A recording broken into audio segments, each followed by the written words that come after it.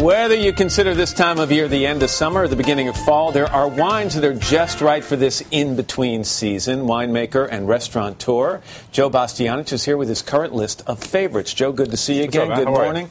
Average wine consumer probably doesn't think much about seasons when he or she goes to the liquor store. They buy the white they like and the red they like. What do you want them to consider? Like it or not, seasons are everywhere. When you go to the produce section, you're seeing seasonality. Corn, tomatoes, late summer, Also in restaurants. Restaurants are very seasonal. So seasons are everywhere, and how we consume is really about the seasonality. So now you're closing up your house in the Hamptons. You're hanging up your flip-flops. You're getting ready for the winter, trading in your linen for some corduroy, a little fireplace. So you're trading in what wine for what wine? These are wines that kind of make the transition. Light enough for still your last barbecue of the summer, but also have a little body that could go with the first kind of fall dishes. All right, let's start with Chardonnay. The most ubiquitous grape in the world, grown everywhere. This is an Italian Chardonnay. It's good because it's not oaky, and I know you don't like strong oaky wines. This is not. This shows like the appley, green appley minerality that Chardonnay can have. This is much lighter than a normal Chardonnay. Made with Italian sensibility. Okay. So, all right, fine. So that's one good option. You also like Sancerre. I like Sancerre. I know you like Sancerre Very too. much. So usually this is Sauvignon Blanc, as they make it in France.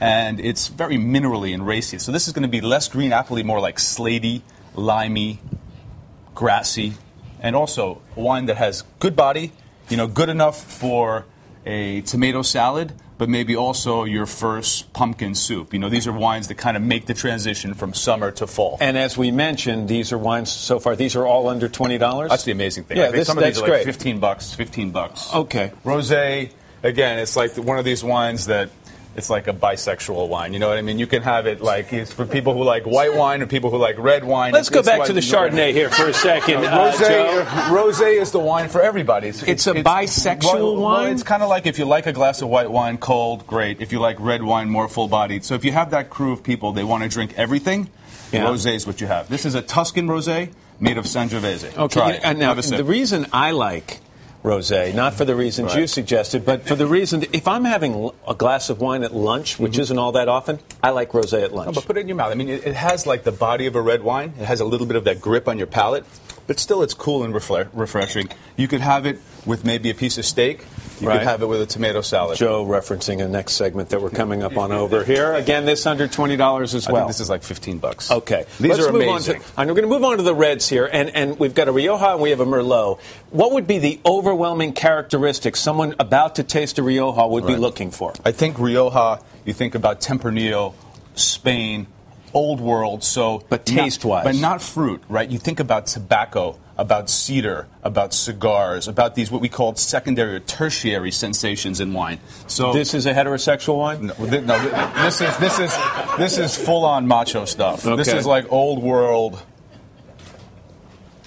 This is the man from La Mancha, baby. Okay, right. That's also very smooth, though. Very smooth, very good, very sensible, very balanced. Okay, and here we have this a wine that really impressed me.